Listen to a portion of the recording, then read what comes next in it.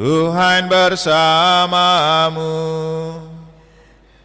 dan bersama rohmu. Inilah Injil suci menurut Markus. Dimuliakanlah Tuhan. Pada waktu itu Yesus meninggalkan daerah Tirus dan lewat Sidon pergi ke Danau Galilea. Di tengah-tengah daerah Dekapolis. Di situ orang membawa kepadanya seorang tuli dan gagap dan memohon supaya Yesus meletakkan tangannya atas orang itu. Maka Yesus memisahkan dia dari orang banyak sehingga mereka sendirian. Kemudian ia memasukkan jarinya ke telinga orang itu, lalu meludah dan meraba lidah orang itu. Kemudian sambil menengadah ke langit, Yesus menarik nafas dan berkata kepadanya, Ephata, artinya terbukalah. Maka terbukalah telinga orang itu, dan seketika itu terlepas pulalah pengikat lidahnya. Dan ia berkata-kata dengan baik. Yesus berpesan kepada orang-orang yang ada di situ, supaya jangan menceritakannya kepada siapapun juga. Tetapi makin dilarangnya mereka, makin luas mereka memberitakannya. Mereka takjub dan tercengang dan berkata, Ia menjadikan segala-galanya baik. Yang tuli dijadikannya mendengar, yang bisu dijadikannya berbicara.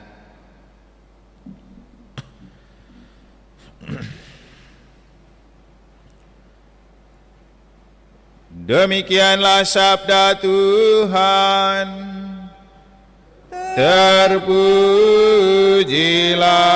Kristus.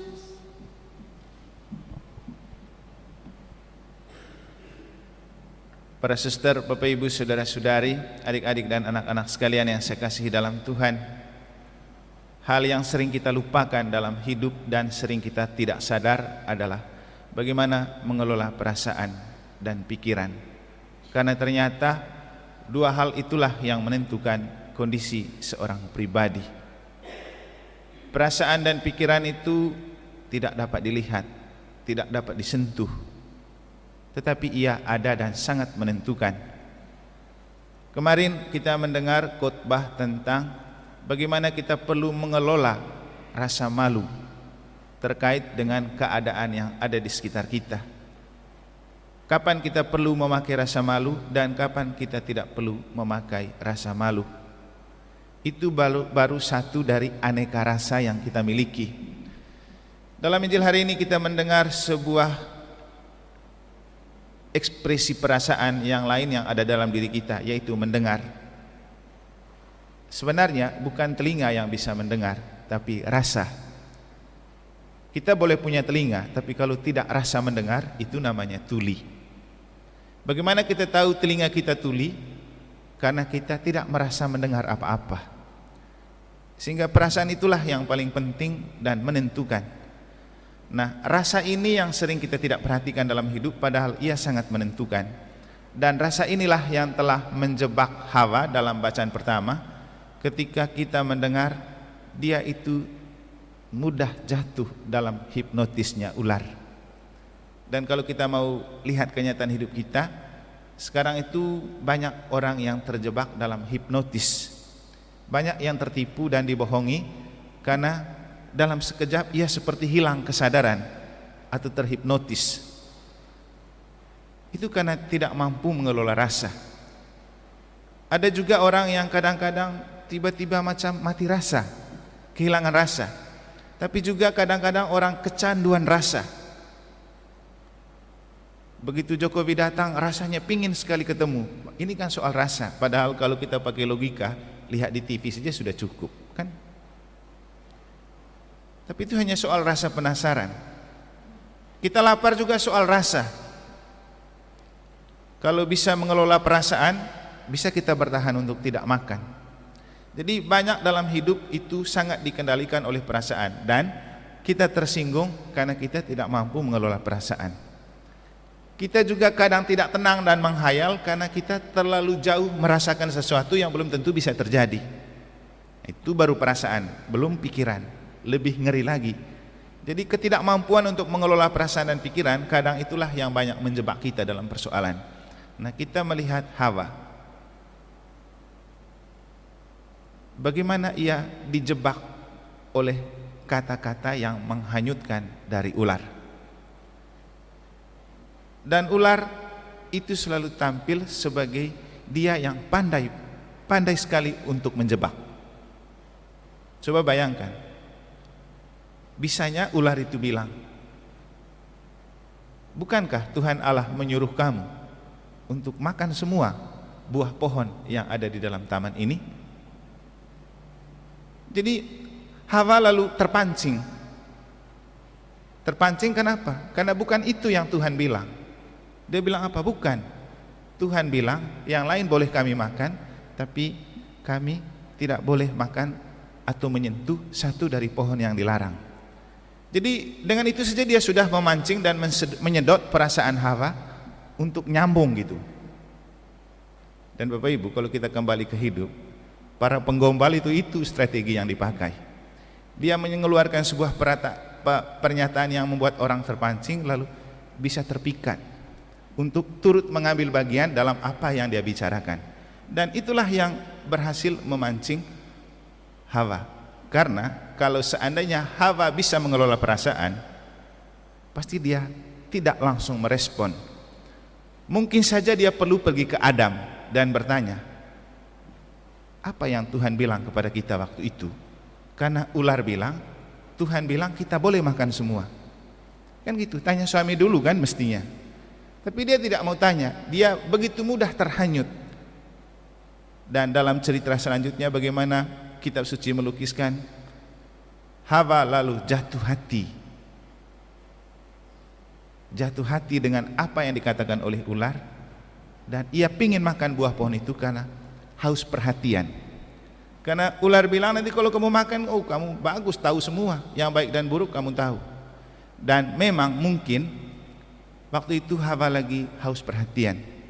Mungkin Adam kurang mau berdialog dengan dia, sehingga begitu ular datang mau berdialog, dia menyambut kesempatan itu sebagai peluang untuk mendapat perhatian. Tidak peduli entahkah dia iblis atau merayu atau tidak. Dan Bapak Ibu, kalau mau jujur, dalam hidup di zaman sekarang banyak para pasutri yang kekurangan komunikasi dan dialog sehingga merasa kurang perhatian. Begitu ada orang lain yang sedikit saja memberi perhatian, orang lalu gampang jatuh hati atau kecantol. Masuk akal, tidak perlu kita persalahkan karena mereka kan keturunan Hawa. Kalau banyak perempuan yang gampang jatuh hati, ya, karena itulah warisan Hawa. Tapi mungkin dengan kita menjadi perempuan-perempuan beriman seperti Santa Scholastica yang kita peringati pada hari ini, Roh Tuhan yang akan membantu meminimalisir dan menjaga perasaan kita untuk tidak mudah terjebak dan jatuh dalam bahaya-bahaya hipnotis seperti itu. Bukan saja bicara tentang kaum Hawa, tapi banyak saya dengar cerita ketika orang bertemu dengan orang-orang tertentu yang dalam tanda kutip mereka ini penipu, maka mengeluarkan pernyataan yang manis, asik, lalu orang terjebak dan dia bisa beri saja transfer ke rekening inilah, transfer ke rekening itu. Kan banyak yang terjebak begitu. Ketika semua sudah ditransfer, saldo kurang, baru sadar, aduh, kenapa saya harus ikut tadi? Karena banyak sekarang itu penipuan. Kita ditelepon tanpa sadar, setelah mendengar suaranya dia, kita beri respon, kan sudah ada konektivitas tuh. Dan waktu itu tinggal dia suruh, coba tekan ini, coba tekan itu. Dan banyak orang yang terjebak dalam kebohongan seperti itu. Tiba-tiba saldo kesedot. Nah, kita punya Roh Kudus, supaya ketika kita dijebak oleh rayuan-rayuan maut seperti itu, coba kita bertahan diri sedikit, hening sebentar, minta bantuan Tuhan untuk menunjukkan pilihan yang tepat. Itulah yang dimaksudkan dengan ketika kita diajak untuk mengelola perasaan dan pikiran, yang dimaksudkan kita menarik diri sebentar, kita hening sebentar, kita diam, kita bertanya kepada Tuhan, apa yang harus saya lakukan? Kadang-kadang kita ceroboh, kadang-kadang kita mudah terpancing, kadang-kadang kita terhipnotis, kita lupa untuk sebentar bertanya kepada Tuhan, apa yang harus kita lakukan? Bapak Ibu, menjaga hidup rohani itu untuk membantu kita ketika kita berada dalam bahaya-bahaya yang membuat kita gampang jatuh. Ada namanya discernment. Discernment itu pencerahan dan penjernihan roh. Bagaimana roh tetap bekerja di dalam diri kita untuk membantu kita keluar dari sebuah persoalan yang mungkin menjebak dan membahayakan kita. Dan lagi-lagi kalau kita dengar beberapa hari lalu saya bilang, perlu dengar suara hati pada saat itu. Jangan gampang jatuh hati. Hawa jatuh karena gampang jatuh hati, tapi tidak dengar suara hati. Seandainya ia percaya kepada suara Tuhan di dalam hati, pasti kalau dia memberikan sedikit ruang hati dan kesempatan untuk Tuhan berbicara, bisa saja roh Tuhan mengatakan, Hawa jangan. Saya tidak bilang begitu. Saya tidak bilang bahwa kau makan semua.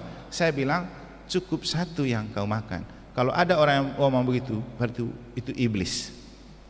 Kan gitu. Tapi karena tidak percaya kepada Tuhan yang bekerja di hati dan tidak sedikit menarik diri dari sebuah persoalan, untuk kita membiarkan Tuhan bekerja.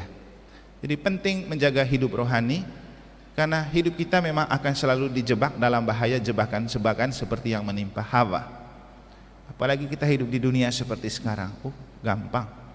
Dan Bapak Ibu, kalau bicara tentang bisu dan tuli dalam Injil, memang yang diceritakan adalah orang yang secara fisik bisu dan tuli. Tapi tentu yang paling penting untuk kita maknai adalah kita yang bisa mendengar, bisa berbicara, tapi dalam arti tertentu kita bisu dan tuli. Bisu untuk apa? Tidak mau mendengarkan suara Tuhan, tidak mampu menangkap suara Tuhan di dalam sebuah persoalan dan di dalam hidup kita. Dan bisu itu apa? Kita tidak mampu melawan godaan dan rayuan iblis atau para penggombal untuk menampik dan melawan. Kita terlalu gampang jatuh, apalagi kalau sudah kata-katanya indah dan menarik, kita tidak mampu lagi berbicara. Yang mampu adalah kita jatuh dalam pelukan, kan gitu. Jadi inilah bahaya-bahaya kehidupan yang kalau kita mau maknai kisah bacaan pertama hari ini sama dengan pertanyaan dan pernyataan 2 hari lalu. Di manakah Taman Eden untuk kita di era milenial? Di manakah pohon terlarang untuk kita di era milenial? Nah, pertanyaannya sama. Di manakah ular yang akan mencoba menggoda kita di Taman Eden? 2 hari lalu kita menemukan bahwa Taman Eden untuk kita yang diciptakan Tuhan di zaman era milenial itu ada di dalam diri kita, di dalam pribadi kita, di dalam jiwa dan raga kita. Dan di dalam Taman Eden pribadi kita, Tuhan menempatkan pohon kehidupan, yaitu hati. Di hatilah Tuhan ada untuk kita, untuk mempertimbangkan mana yang baik dan mana yang jahat, untuk membiarkan Tuhan berbicara. Nah, pertanyaannya, ularnya di mana? Jawabannya sama. Waktu itu saya bilang, kenapa hati berbentuk 2 bilik? Karena bilik sebelah untuk Tuhan, bilik sebelah untuk hantu. Bilik sebelah untuk kejahatan, bilik sebelah untuk kebaikan. Bilik sebelah untuk surga, bilik sebelah untuk neraka. Dan hidup kita adalah perjuangan, pertempuran di dalam hati. Karena sumber perasaan itu ada di hati.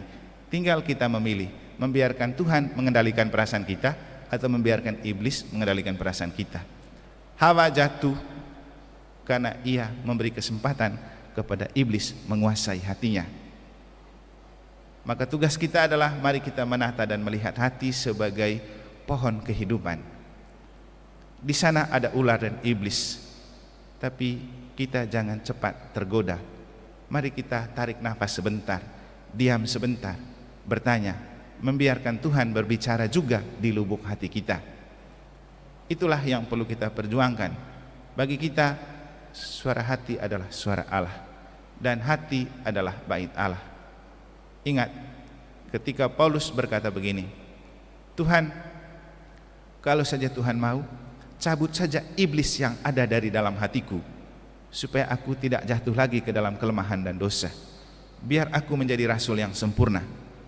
Karena dia merasa di hatinya ada iblis yang bekerja dan berpengaruh. Tapi Yesus bilang apa? Paulus, cukuplah kasih setiaku bagimu. Karena kalau aku mengambil duri dalam daging atau iblis dari dalam hatimu, engkau pasti akan angkuh dan sombong, dan engkau tidak mengakui dirimu lemah. Saya membiarkan iblis itu tetap tinggal di dalam hatimu, karena supaya dalam kelemahanmu engkau selalu bergantung padaku. Akhirnya dia bilang, ya sudahlah Yesus. Dan kemudian dia menemukan bahwa aku bangga dengan kelemahanku, karena dalam kelemahanku aku membiarkan kekuatan Kristus bekerja. Bagi kita yang paling penting adalah pribadi kita adalah Taman Eden. Di sana ada pohon kehidupan yang dianugerahkan Tuhan untuk menjaga dan menyelamatkan kita. Tapi di sana juga ada ular yang selalu menggoda dan ingin menjatuhkan dan membuat kita terlempar dari Tuhan. Kita mohon Tuhan jaga hati kita. Kita mohon Santa Skolastika yang mencintai hidup rohani juga membuat kita mencintai hidup rohani, sehingga dalam kegaduhan dan kegalauan dunia, dalam godaan dan tantangan kehidupan dunia, kita biarkan Tuhan berbicara di dalam diri kita, karena kita menjaga hidup rohani dan membiarkan Tuhan menguasai seluruh diri dan hati kita. Semoga Tuhan memberkati.